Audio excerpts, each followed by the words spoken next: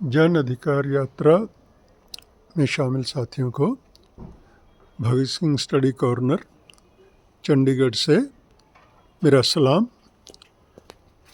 आप 10 दिसंबर से इस यात्रा के दूसरे दौर में कर्नाटका से अपनी यात्रा शुरू कर चुके हो और पूरे देश के बहुत सारे हिस्सों को पार करते हुए रास्ते में बहुत सारे स्थानों पर रुकते हुए जनता में चेतना जागृत करते हुए और जिन चीज़ों के ऊपर यात्रा फोकस है उनको ध्यान दिलाते हुए आम जनता को पहुंचेंगे दिल्ली 3 मार्च को, 26 फरवरी को और फिर 3 मार्च को वहाँ पे इसका समापन होगा। तो मैं इस मौके पे आपने जिन मुद्दों को लेके ये यात्रा शुरू की है उसके लिए ये आपको कहना चाहिए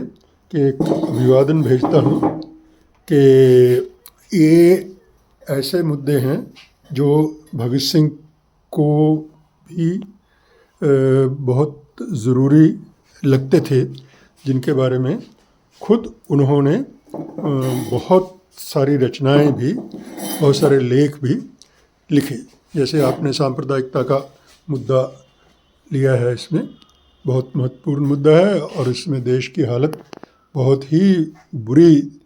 हालत में गुजर रही है। 100 साल पहले जब भगत सिंह ने भी ये हालात देखे थे तो उस समय सांप्रदायिक दंगे और उनका इलाज और मज़हब और हमारी आज़ादी की जंग, इस तरीके के लेख लिखकर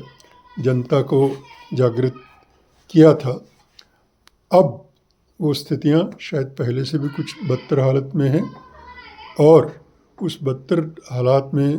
दूसरा अपने बेरोज़गारी का मुद्दा रखा हुआ है। पूरे देश के नौजवान इस समय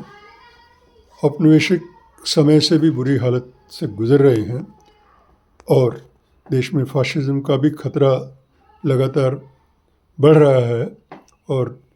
हर तरीके से इस तरह की जनतांत्रिक गतिविधियों पर भी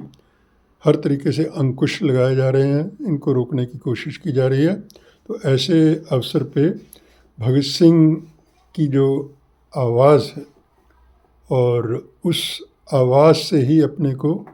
ताकत हासिल करके, उनकी रचनाओं से, उनके लेखन से ताकत हासिल करके उस उद्देश्य को आप आगे बढ़ा रहे हैं जो भगत सिंह चाहते थे। जैसे भारत के किसानों ने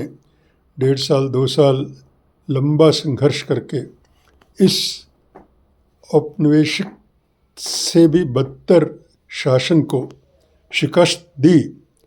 और वैसे ही इस जन अधिकार यात्रा के ज़रिए किसानों के साथ साथ खेत मज़दूरों, युवाओं, स्त्रियों, देश के तमाम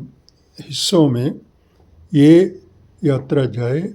और इस यात्रा से भगत सिंह के संदेश, भगत सिंह के विचार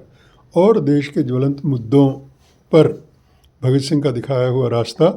सारी जनता समझे। इसके लिए आप ये यात्रा कर रहे हो। मैं इस मौके पे आप सबको अपना सलाम भेजता हूँ और शुभकामना करता हूँ कि ये यात्रा बहुत सफल होगी और देश की जनता प्रतिरोध के रास्ते पे आगे ज़रूर बढ़ेगी। भगत सिंह के विचारों से प्रेरणा लेके सलाम।